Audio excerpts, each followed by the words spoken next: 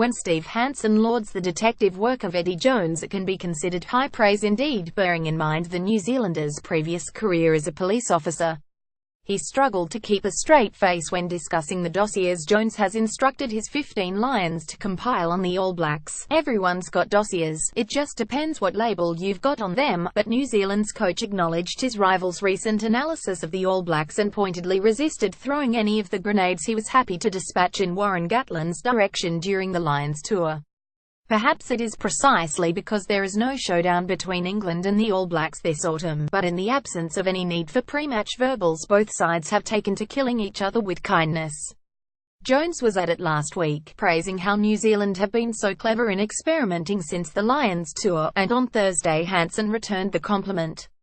He highlighted Jonas' powers of perception after the England coach remarked that New Zealand have deliberately put themselves under pressure in games to equip themselves better for the World Cup. Jones went further, highlighting how New Zealand are specifically focusing on slowing the ball down in anticipation of when quickening it up, a growing trend across the board. It goes out of fashion. "I can't say too much, but Eddie's on the ball. We're trying to do things subtly differently." Steve Hansen: "I can't say too much, but Eddie's on the ball though. He's got a dossier on everything we're doing," said Hansen, whose New Zealand side take on the Barbarians at Twickenham on Saturday. "We're trying to do things subtly differently, so we've got a more complete game. It's nice to get a compliment from Eddie. He's doing a good job with England. It's exciting for rugby. I don't think any human being should be concerned about getting a compliment. The hardest thing is taking it. Well, take it, especially from Eddie, because he's a good coach." The announcement of the 2019 World Cup fixture schedule brought the countdown sharply into focus. Thursday marks precisely 2 years to go until the final, but should both sides win their pools, it is the semi-finals where England and New Zealand are due to meet. The All Blacks open their campaign against South Africa on the second day of the competition, but Hansen is not concerned that their pool stage schedule has been front-loaded.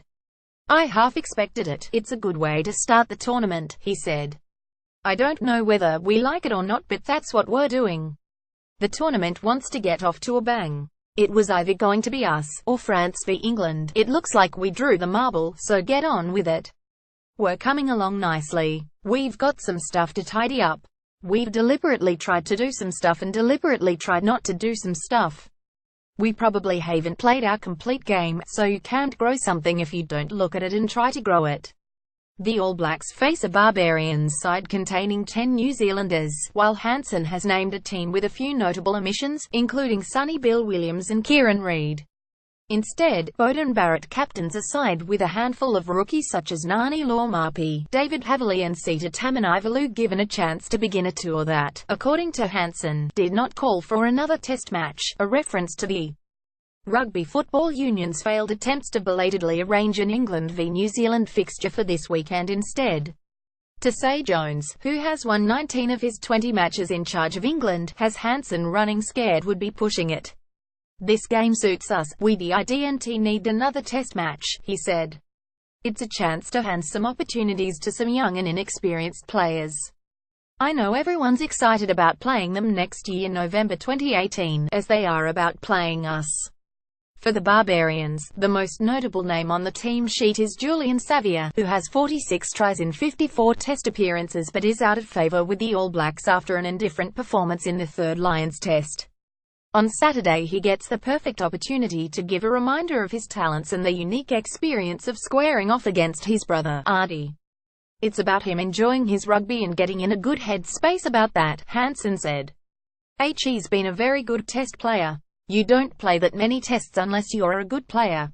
We've just given him a break away from the environment and he's getting the right messages and he knows what he needs to do.